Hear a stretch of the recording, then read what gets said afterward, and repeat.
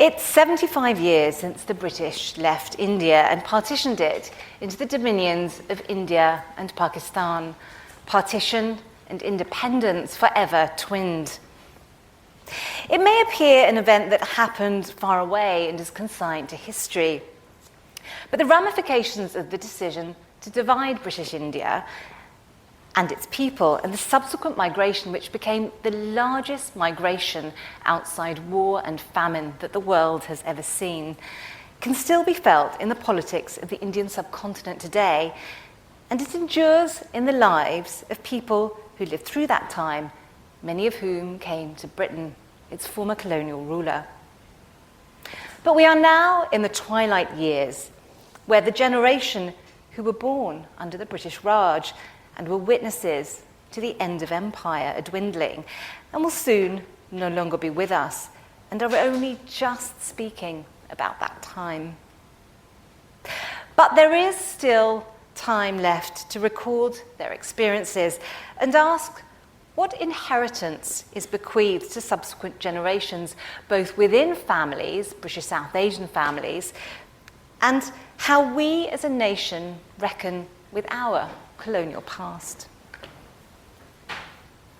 And these are some of the people that I interviewed for the Partition Voices series, and this lecture will focus on that lived experience, which, as I said, is still little known about and is only just entering the public domain so many years on, the devastating human consequences and cost of the end of the British Raj.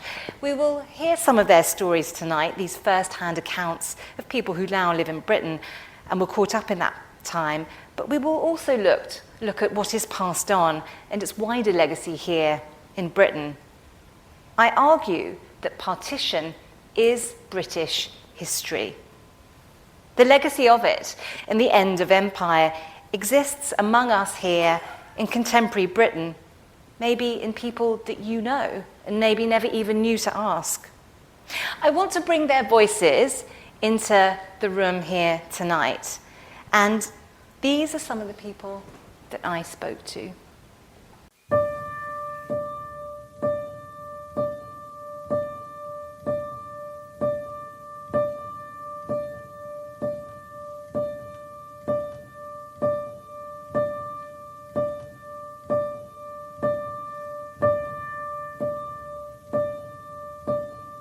My name is Gurbaksh Singh Karcha. Khushi Sultana. My name is Raj Daswani. During the partition, we came to East Bengal. The first town we reached was Fazilka. We were forced to leave Pakistan. They were horrible days, horrible for the reputation of both India and Pakistan.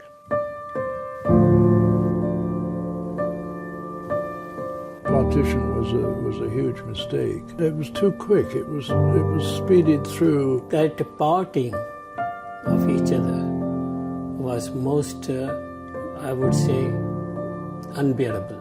I was terrified. I couldn't think of any. That's what I'm telling you. I was so frightened. Although we got independence, what good it was when you have lost everything.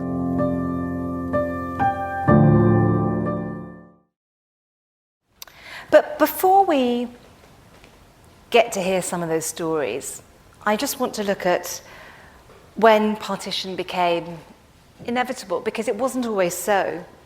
Britain had direct rule over India since 1858, and as you can see from this map, that includes modern-day Pakistan, modern-day Bangladesh, Myanmar, and Sri Lanka, as well as, of course, India. And it is worth noting that it also had a presence there with the arrival of the East India Company in the 1600s. But resentment against British rule festered, and by the 20th century, the independence movement gained momentum, hastened by Britain taking India into World War II. And this is King George VI, Emperor of India, inspecting troops in the Midlands in 1940. These are troops from British India. And World War II was a war that Britain didn't ask if India wanted to join. It never gave its consent. It was something that leaders of Congress objected to. In fact, they were imprisoned for the duration of the war because of it, largely. And an estimated 2.5 million Indians served in the army during the war. And as religious identity became stronger, many argue stoked by British policies of divide and rule, as these visions of independence became much stronger, precipitated largely also by World War II, there were two competing visions of what independence would look like, and it grew increasingly politicised along religious lines. As the departure of Britain became imminent after World War II, the pressing concern would be how the Muslim minority, which was a quarter of British India's population, around 100 million, would be protected in a country once the British left. They didn't feel that their rights would be safeguarded by the Hindu majority. And the fight for Muslim rights was led by Muhammad Ali Jinnah of the Muslim League. He wanted protection, and he would eventually demand a separate country. And the Congress led by Jawaharlal Nehru had a very different view. They wanted India to be united, but a secular India. But the end game of empire and the contest for power and territory was conducted against a backdrop of rising communal violence across northern India as people of the other religion were targeted. And this is a picture from the 16th of August, 1946. It's Calcutta, and it's what many historians argue was the first partition massacre. Now, there had been localized communal violence before, but the partition massacres that many historians agree began with this day was really aimed at destroying or eliminating people of the other religion. And this day had been called by Muhammad Ali Jinnah as Direct Action Day in favor of Pakistan, but it quickly descended into bloodshed. On all sides, Muslims and Hindus, many thousands were brutally killed. And the violence then spread to Noakhali, to Para, to Bihar on the outskirts of Delhi, until by early 1947, many of the huge cities in Punjab had descended into violence.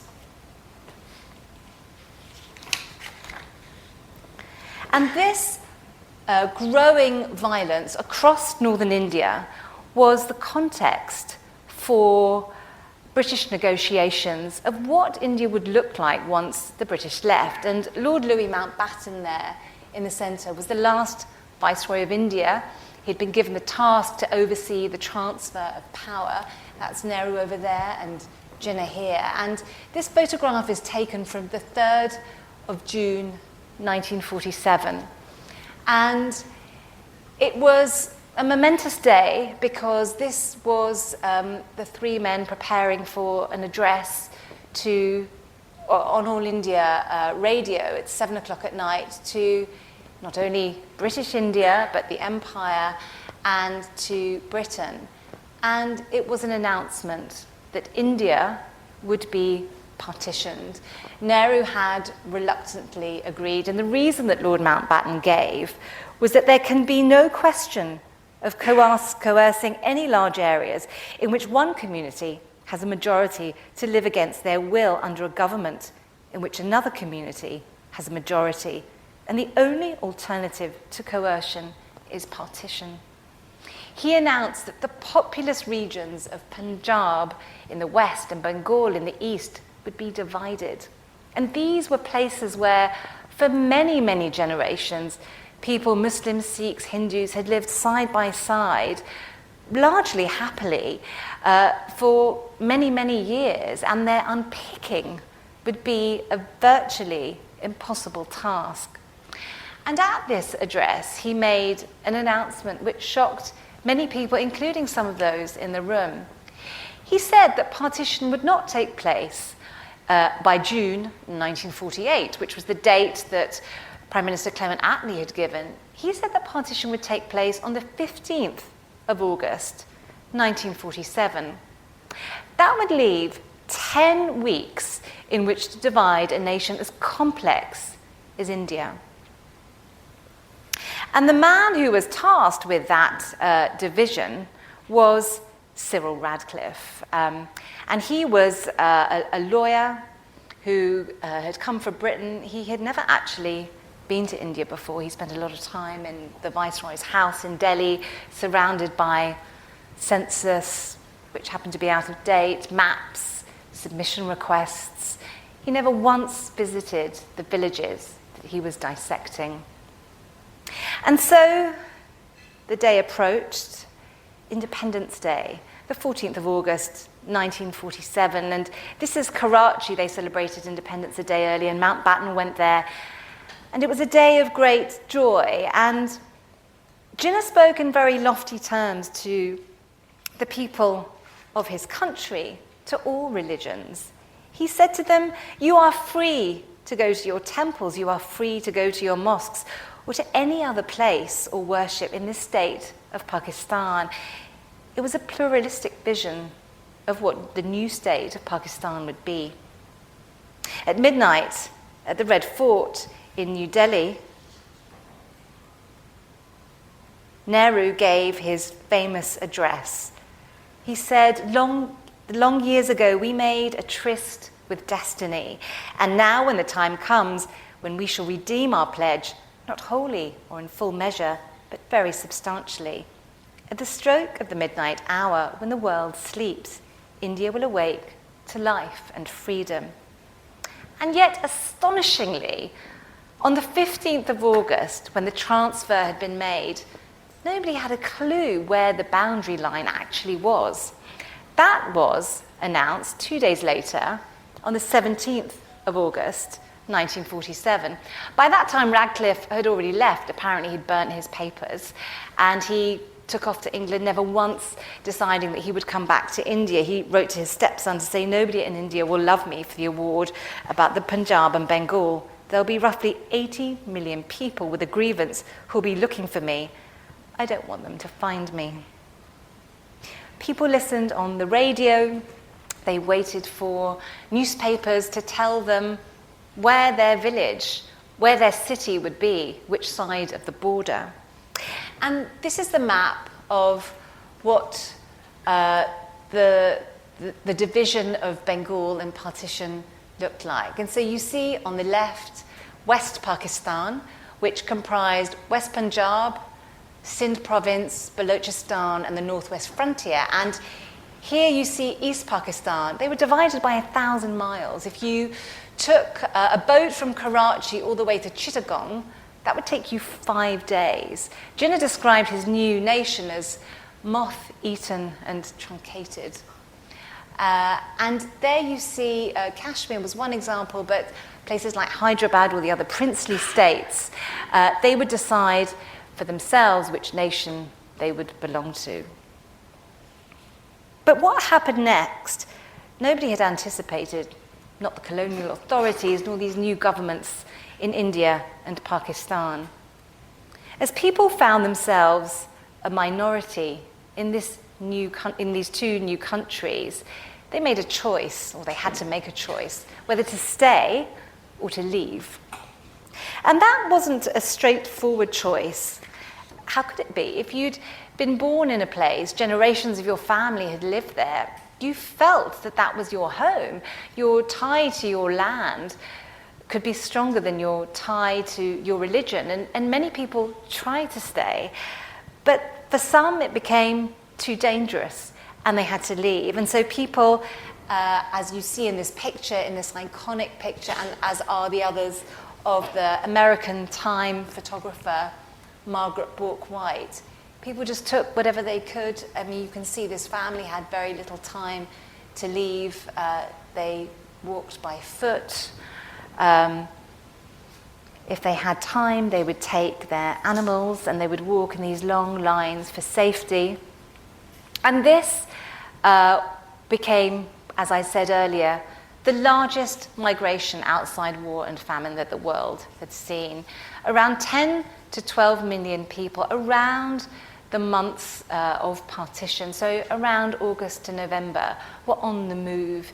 Hindus and Sikhs in one direction to India, Muslims to Pakistan.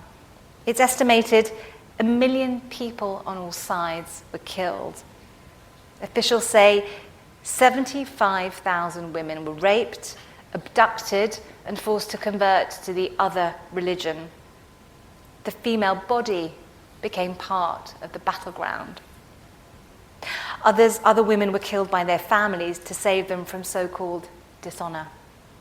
What remained of the British Army, they had orders not to intervene, only to save the lives of Britishers.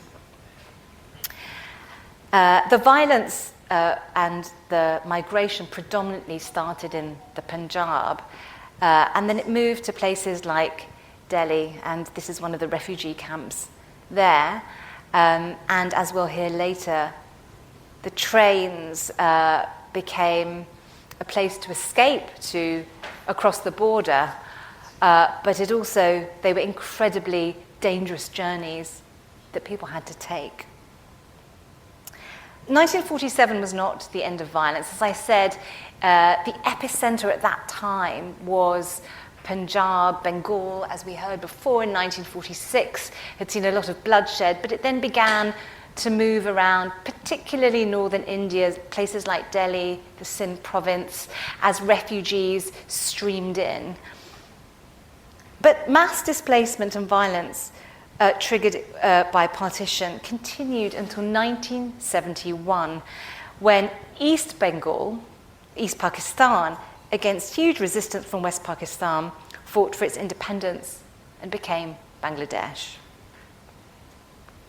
The statistics of partition are overwhelming, but behind every statistic is a human story, even if you can't find them in the official documents. And that's what I wanted to do as the 70th anniversary approached. I was aware that partition as a historical event was not well known about in families, even with South Asian heritage, and certainly not in wider British society, despite it being one of the defining events of the 20th century and a part of British history. But it's also a history that so many millions of British South Asian families have a direct or indirect connection to, including our new Prime Minister, whose paternal family are from the Punjab. Their family actually came from a place that is now Pakistan. And there is a direct connection between partition and South Asian migration to Britain. Because in the post-war years, many of the people who arrived in Britain came from areas hugely disrupted by partition. It makes sense. If your life has already been disrupted, you've already had to move across a border, you go to a new land, you may not even speak the language, that doesn't feel like home. Why wouldn't you come to Britain to try your luck, to try and start a new life after the British Nationality Act came into force in 1948 and gave you British citizenship? So people came primarily in those early post-war years from places like the Punjab, but also Sylhet and Mirpur too. And they came with their stories, but they didn't talk about them. And silence shrouded so many of those memories of people who came to Britain, and that isn't exceptional to Britain either. That is also the case on the Indian subcontinent. But there are some reasons for silence here that are different.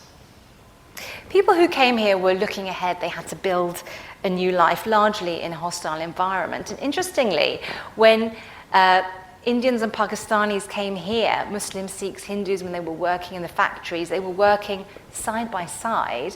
They were also fighting together in those early post-war years for equality and against racism. There wasn't much time to dwell on the past. These are also shameful memories. Terrible things happened on all sides. There were bystanders, Muslims, Sikhs, Hindus. Nobody wants to talk out loud about these things. But there is also an institutional silence. There are no memorials to the people who died in Britain or anywhere in the world. No one talks about empire. They certainly didn't when those post-war migrants came. There was no public space for survivors to voice their memories. And then their children, born here, they never learned about partition in school. They didn't even know to ask their parents. They may not even have known what the word partition meant. But silence can be noisy. Prejudice persisted. But there were other contradictory clues too. People talked of back home, but home was not the place the family lived now on the Indian subcontinent. There were gaps in family histories, no-go areas in terms of conversations. And if you listened closely, when people asked, "Where are you from?" there was a hesitation. Do you say it's the place that you were born? Or was it the place that you then moved to across a border? 70 years on, I wanted to be part of breaking that silence. And my team and I did call-outs and we contacted grassroots organisations. I never approached people directly. I didn't think that was appropriate because these are traumatic memories. And children, or mostly grandchildren, responded. And I soon realised these stories were everywhere in Britain and we didn't know.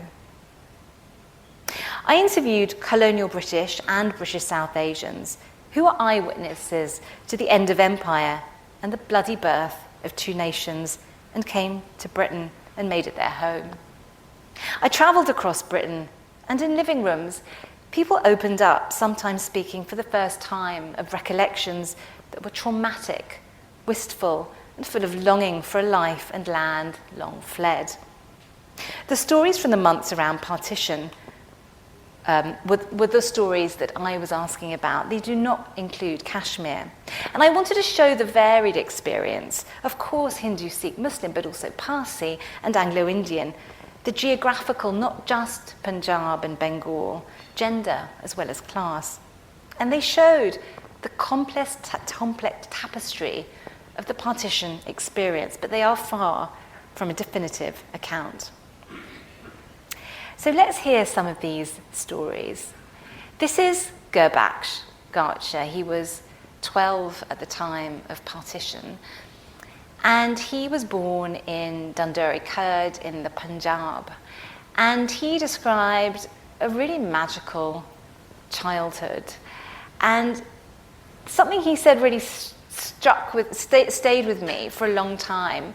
Here he is describing, he was from a Sikh family, how close relations were in his village between the Sikh and the Muslim community. This is Gurbaksh when I interviewed him back in 2017. Didn't really think about religion very much. We knew there were different names. And the Muslims were mainly farmers. They had smaller chunks of land.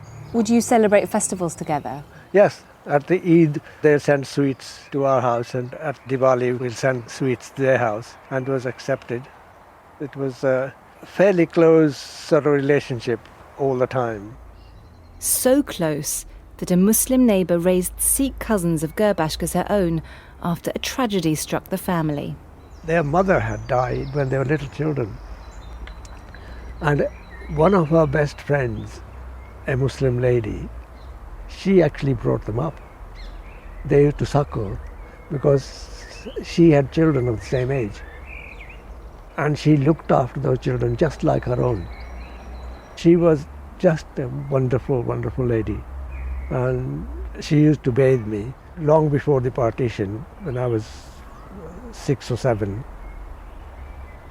And her children, her sons, would take me to the farm, carry me sometimes. We never thought ever that one day we'll have to separate, and for good. And so that image of a Muslim woman suckling the Sikh children of her deceased best friend really tells you how intimate relations could be between people.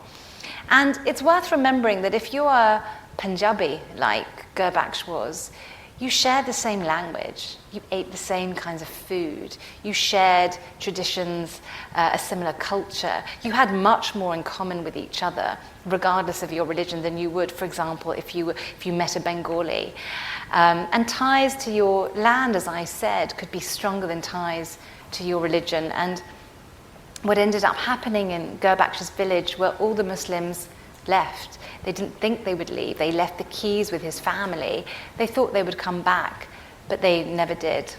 And Gurbakhsh remembers sitting along with other people in his village to the radio to hear where his village would be, and they discovered, to their joy, that their village was going to be in India, but that meant that their Muslim friends and neighbours had to leave, and he then witnessed terrible scenes of violence.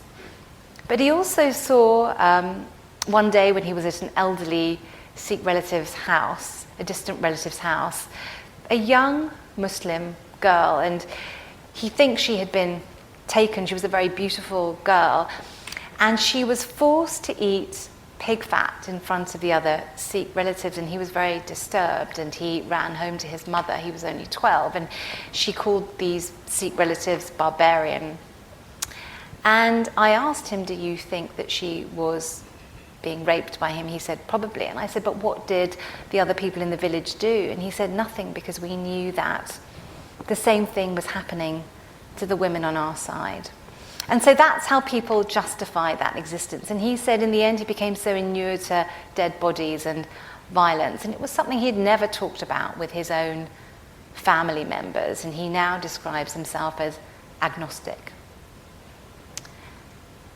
This is Harshit Bains, and one morning he was in West Pakistan, as many Sikhs were, and he was awoken and told that he had to quickly get up and to leave, as they were to leave suddenly. We were risen up quite early in the morning, and we were told just to start walking. So we started walking behind a cart which was being pulled by 2 oxes, and it was loaded with food and clothing and other stuff, quite full, and some fodder for the animals. And we were quite dazed and quite annoyed and very, very unhappy.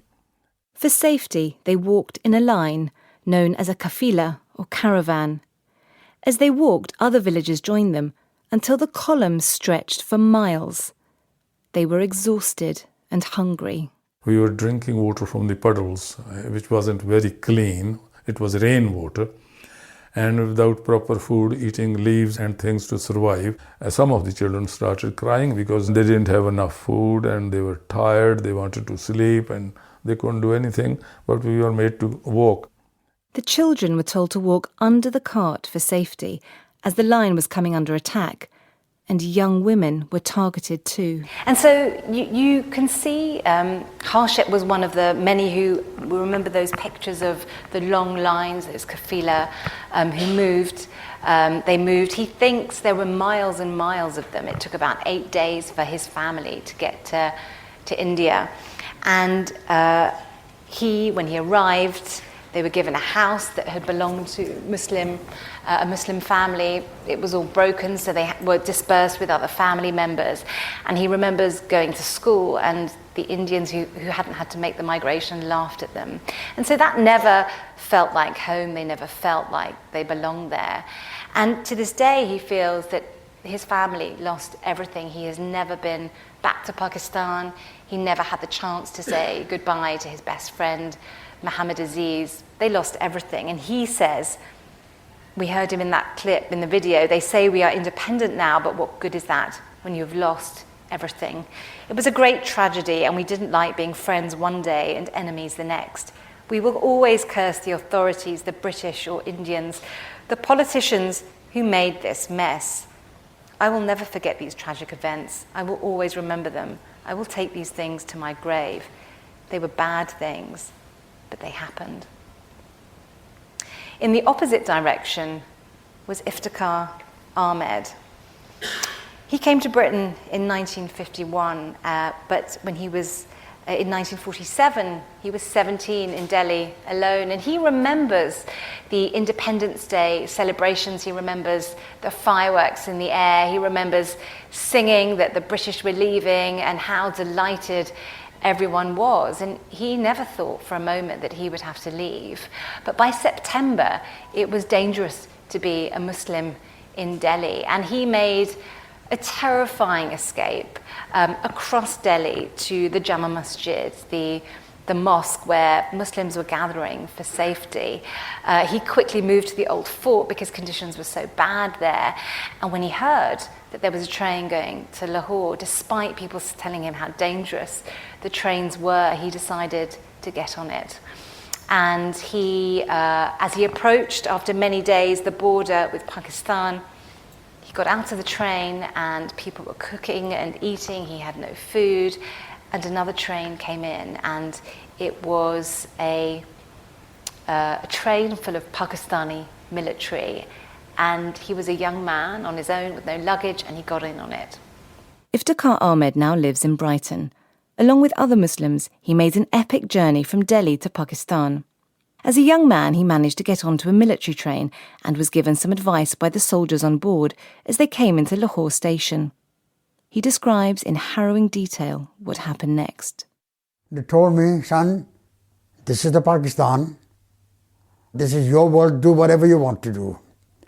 So I was tired, and in my mind, I thought, I come to a safe place. I'm not anymore in danger. What I want to do is to sleep. On a platform, put my head down, I went to sleep. About 5 o'clock in the morning, I woke up. I could feel all the weight. I could see the platform full with the people. I suppose they were sleeping here. And one man with the torch showing it like that. And I got up. Of course, I was laying with the dead bodies. Children's, women's, all cut up their faces, and women's breasts are cut up. They killed all. During the night, trains had arrived full of dead bodies, which the army had unloaded onto the platform where Iftikhar was sleeping. Unsurprisingly, he quickly left. He was shocked when he walked into the city. Lahore was all burnt. Complete town is burnt. That's what the Pakistani did. They burned the houses and the people in it.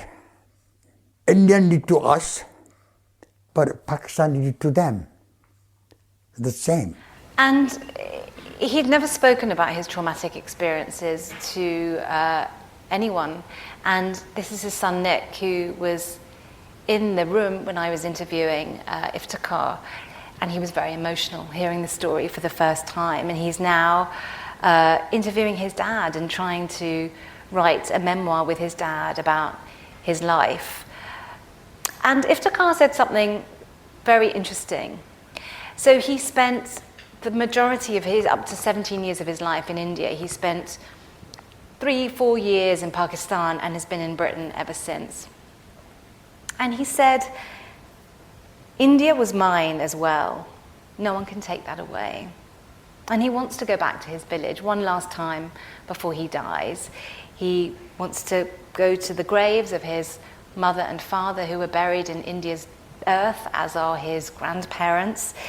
He remembers his Hindu friends. He wants to see if they're still living. And he could even remember the smell of the alleyways that he used to play in his childhood game. And so he feels he is Indian still to this day, much more than Pakistan, although he calls himself actually English, not British. English because he says, I was born under the British Raj.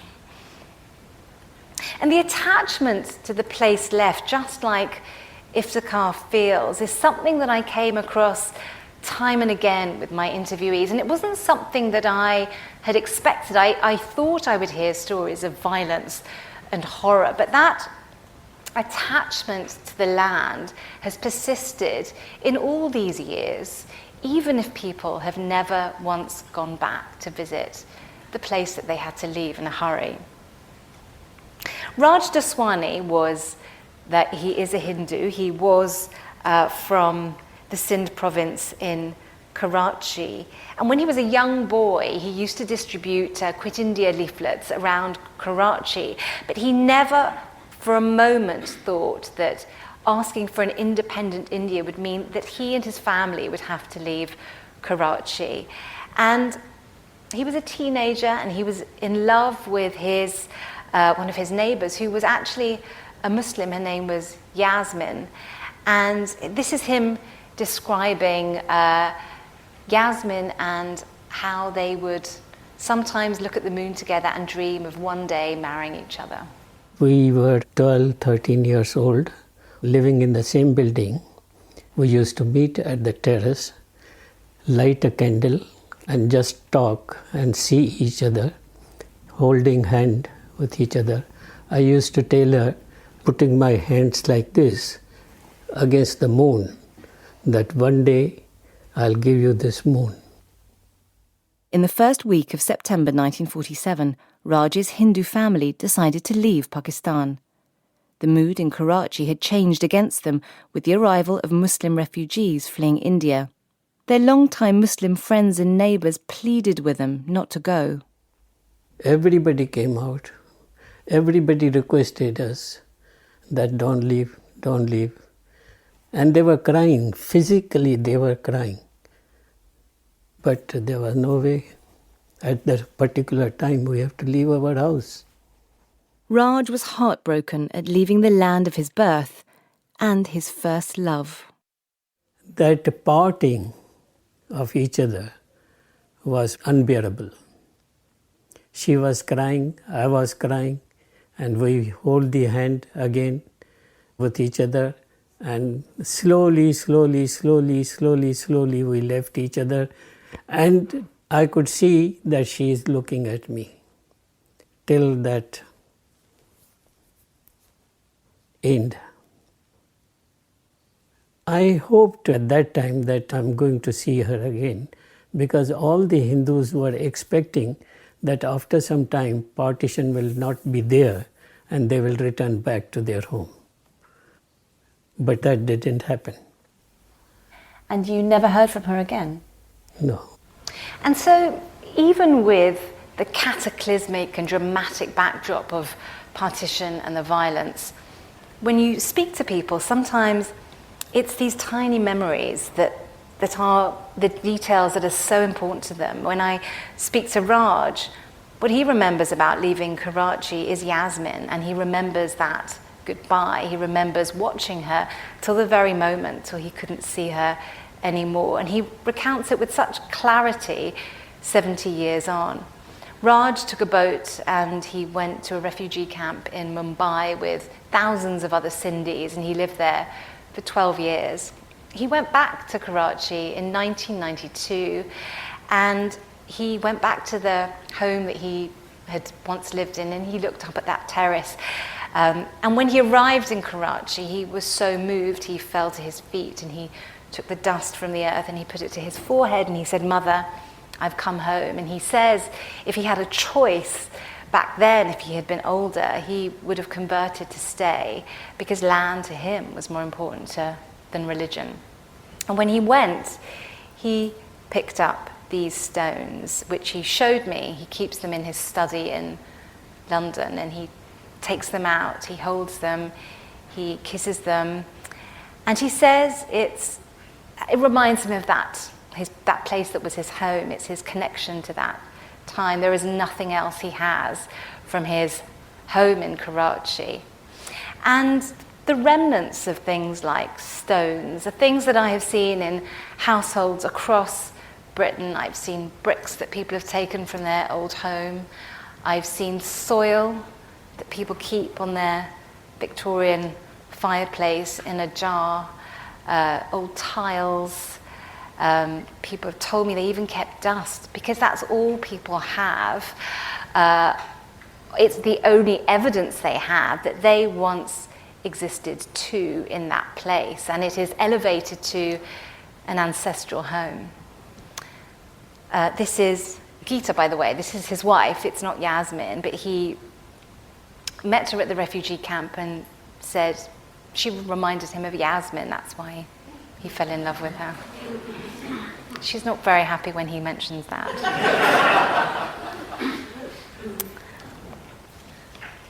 So across homes in Britain are these extraordinary stories that came to light within families and the public space, really for the first time during the 70th anniversary, from that generation that lived through partition. But there were some stories that were quite difficult to get to. and especially the first-hand stories of the experiences of women who had endured sexual violence. And so we have to accept that in the historical archive, some stories will always be shrouded in silence. But what is bequeathed? And that investigation into the inheritance, including the inheritance of trauma, is only now being looked into. And this is Nirmal Joshi, Nirmal Joshi's daughter, and her mother grew up in Lahore. And unlike many of my interviewees, actually, her mother did speak to her about her experiences of partition. And she left, like so many people, a mixed legacy. She told them about a Muslim neighbor that had warned her Hindu family that they needed to leave quickly because there was going to be attacks on the girls. And the Muslim neighbor took them to the train station.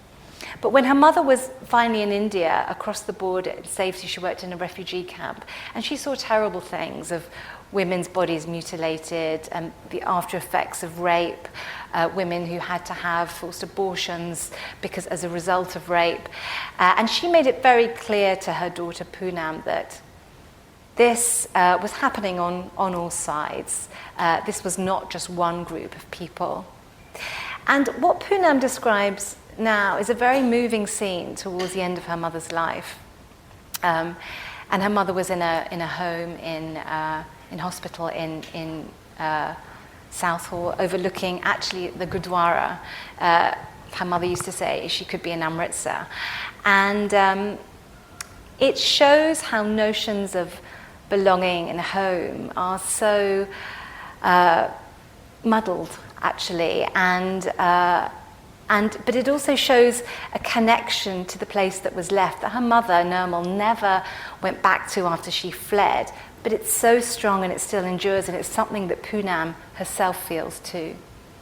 I had my arm around her and it felt like holding a child. She was so tiny. And I didn't know what her wishes were for the funeral. So I asked her what her favourite song was. And she sang Chupke Chupke by Ghulam Ali, and she sang the song in its entirety to me. It was a ghazal, a poetic song by a Pakistani singer in Urdu. It played at Nirmal Pandit's Hindu funeral.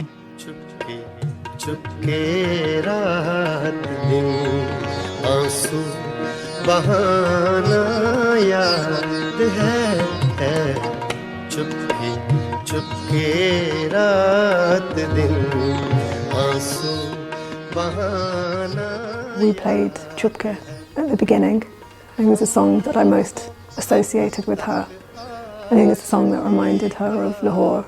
And when she sang it, we always knew she was happy.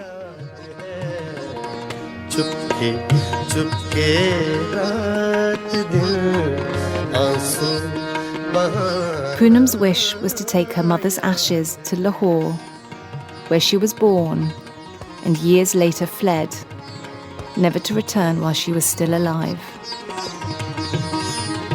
Her happiest years of her life were those first 17 years in Lahore. She spoke about them with such affection.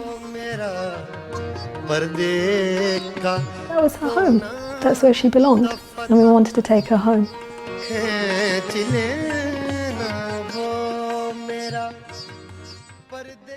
So what is passed down is hugely complex. Many in the third generation, Poonam was from the second generation, have contacted me over the years asking how to approach elderly relatives or regretting that they never asked when they had the time. And the final person we're going to speak to is Sparsh. This is his grandfather, Ishar. And Sparsh had noticed there was always a hush every time partition or Pakistan was mentioned, and he wanted to understand what that was about. So interviewed his grandfather, who told him that his family were actually from a place in Pakistan called Bella in the Punjab. And Sparsh said, I want to go back there. And his grandfather said, you absolutely can't. You're Hindu, they'll kill you. He was terrified for him. His parents said, don't go back. But he did go back. And This is a clip of him. He found the Muslim family that actually saved his Hindu grandfather's life. And this is where we pick up the story. So when Sparsh was standing in Bella, he was confronting both the anguish his grandfather felt at leaving, as well as nostalgia for the village Ishar still calls home. I told them that, like, you guys literally saved our lives. I wouldn't be here if it wasn't for your father. Now the grandson and great-grandson of the man who saved Ishar walk with Sparsh through the village. They had something to show him. Friend Sam was behind. And we walk round this big field, past a couple of chickens, and I think a partridge. And Sparsh just says, you know, kind of, turn on your camera, because, like, I want to be able to send this to my grandfather. In the footage, 3 men walk in single file along a dusty path. They reach a courtyard. A building stands at its edge. And then the grandson says to Sparsh, This was the mosque that your grandfather used to, like, live next to. He points to a mud brick house, saying this is the land where your grandfather lived. Sparsh walks towards the centre of the courtyard. And he kissed the ground and got out down on the knees and was kissing the ground for probably a minute. The small group falls silent. I mean, it was... Yeah, it was, like, really emotional. I just broke down in tears. It was like, it was just the weight of that moment. I felt like I finally, like, made it here. It's not something I ever expected would be possible in my lifetime, given the way these countries are. Sparsh stands up from the cracked earth, and then 2 grandsons, one Hindu, one Muslim, embrace for a long time.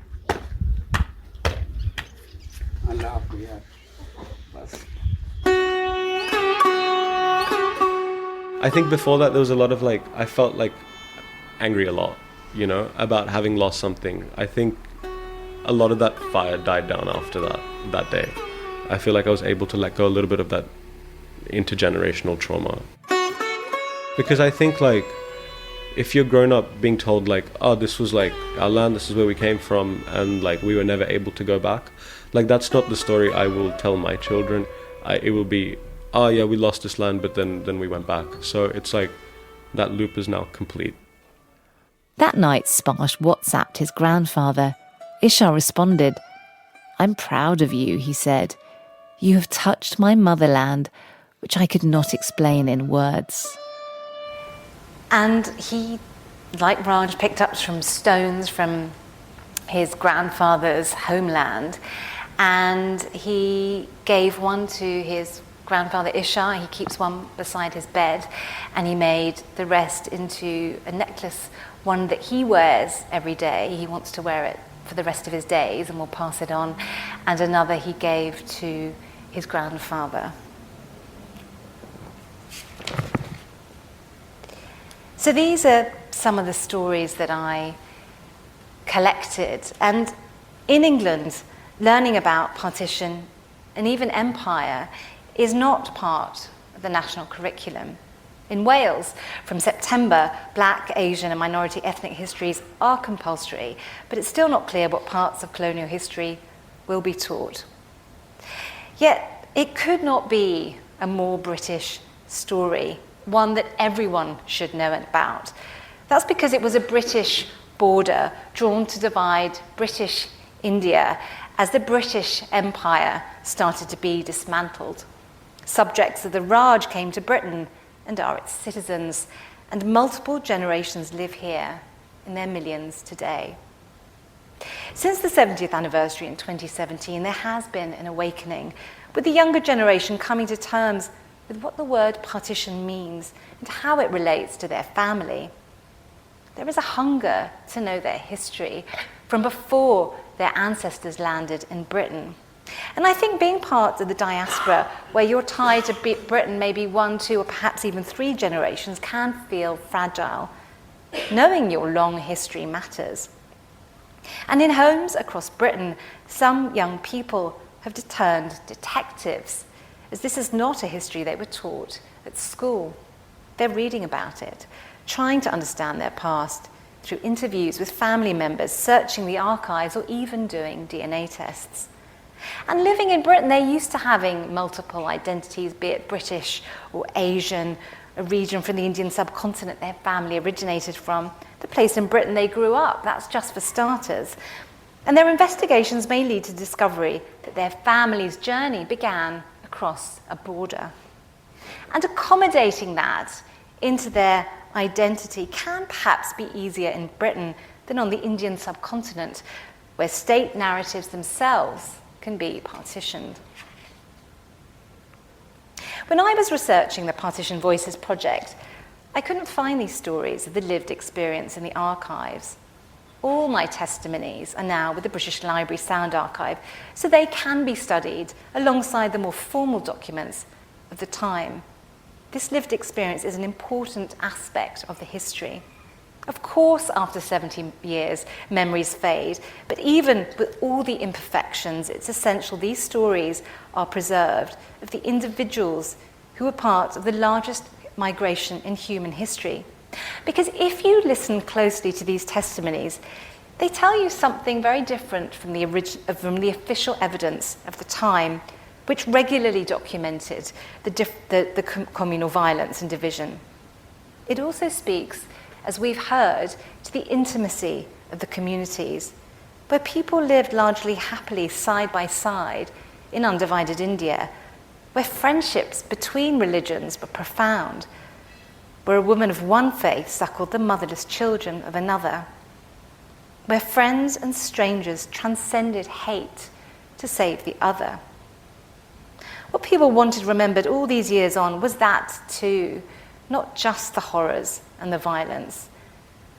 A man-made border could not erase those emotions, memories, friendships in all that time. And that has sustained, along with a deep attachment to the land left, and it muddies these binary narratives then and now, particularly in political discourse on the Indian subcontinent. But it also speaks to the complexity of the experience across gender, class, caste, religion, and geography. I embarked on the collection of testimonies as a journalist. However, the methods in gathering of the accounts and questioning is similar. I tried to put my interviewees at ease. I would interview them in their home, perhaps in their favourite chair. They would be surrounded by family members. And these are traumatic memories, and they have agreed to them. And I always felt a huge duty of care to them. And there were times in the room where there were many emotions, not just the person speaking who was recounting these memories for the first time, but perhaps family members who were hearing this for the first time too.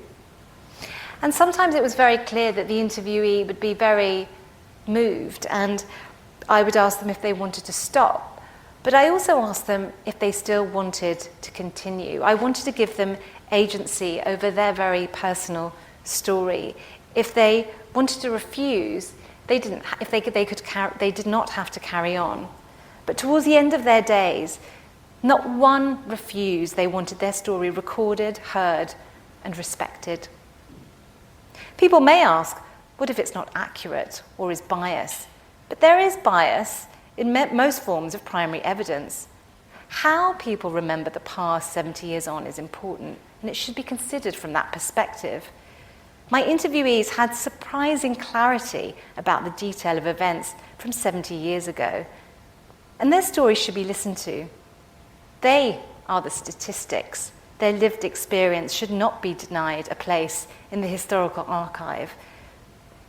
There are, as we discussed, gaps, but I did also speak to perpetrators of violence on all sides and bystanders. But these stories, again, were not easy to tease out. But the testimonies also serve another purpose too. Historical events like Partition endure down the generations in both good and bad ways. The recordings 70 years on capture that in all its complexity, that political decisions taken many, many years ago still affect people and generations for decades.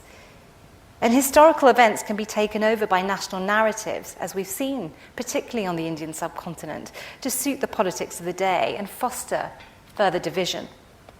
But these stories counter that and recall a time when there were Muslims living in Amritsar and Hindus in Lahore, and that there was collective loss for everyone on the Indian subcontinent.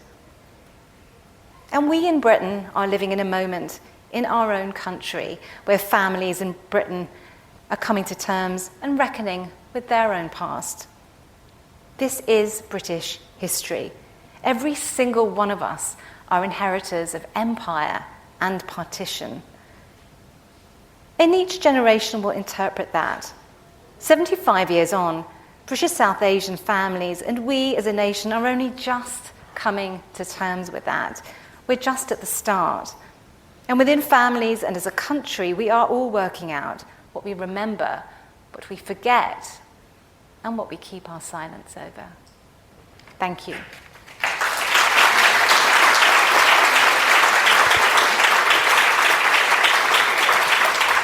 Thank you very much. I entirely agree with everything you've said. Can I just say that I personally, as a young boy, have experienced what you've just said, because the Calcutta riots in '46, and also going through the Punjab to Pakistan, etc. However, I'm a British citizen now.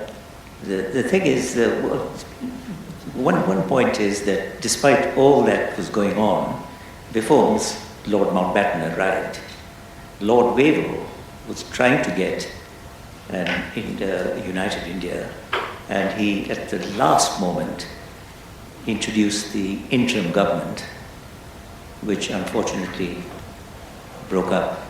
But that was a very heroic attempt on his part to try and keep the thing together. And also, I don't know what you think is the way forward. Will the two countries will eventually come closer together in years to come? Thank you for coming, and particularly as you lived through that time.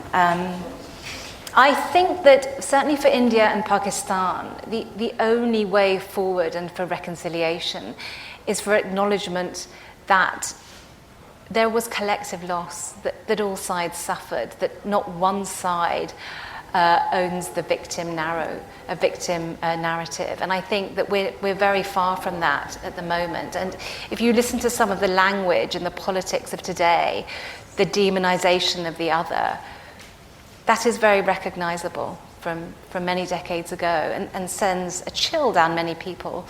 And so things are so bad, things are so far apart, you can't even visit the other country if you're a citizen of India or Pakistan. So I think reconciliation is so far off. I mean, in India we had Partition Horrors Day, which again is insinuating that the horrors happened on one side. It wasn't one side. And so I think that for India, Pakistan and Bangladesh, there has to be that acknowledgement that everyone suffered and there was loss that persists to this day. But I would say that I have optimism with the third generation who are asking questions, who are challenging these very narrow narratives that they're hearing from their governments. And actually social media is changing things. People can connect with the other side and realize actually these young people are not that different from me. And so I think with a younger generation, perhaps things will change. Just wondering, do you think, with regard to the particular sort of butchery that went on during the partition of Punjab, the fact that Punjab had been the big recruiting area for the British Empire, and that's where the British had recruited, their imperial forces from.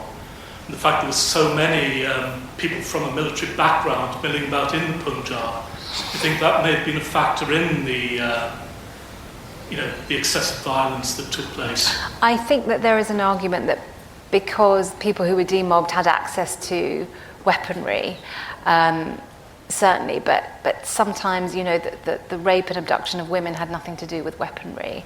I think that the butchery in Punjab was almost because people lived so closely together. It was like, it was civil war. They cared, they loved each other deeply, and I think that violence, the intensity of it, it's almost because they were so close. But I think it's a factor, but I think it's not the only reason. Ladies and gentlemen, please join me again, once again, thanking Kavita Puri for a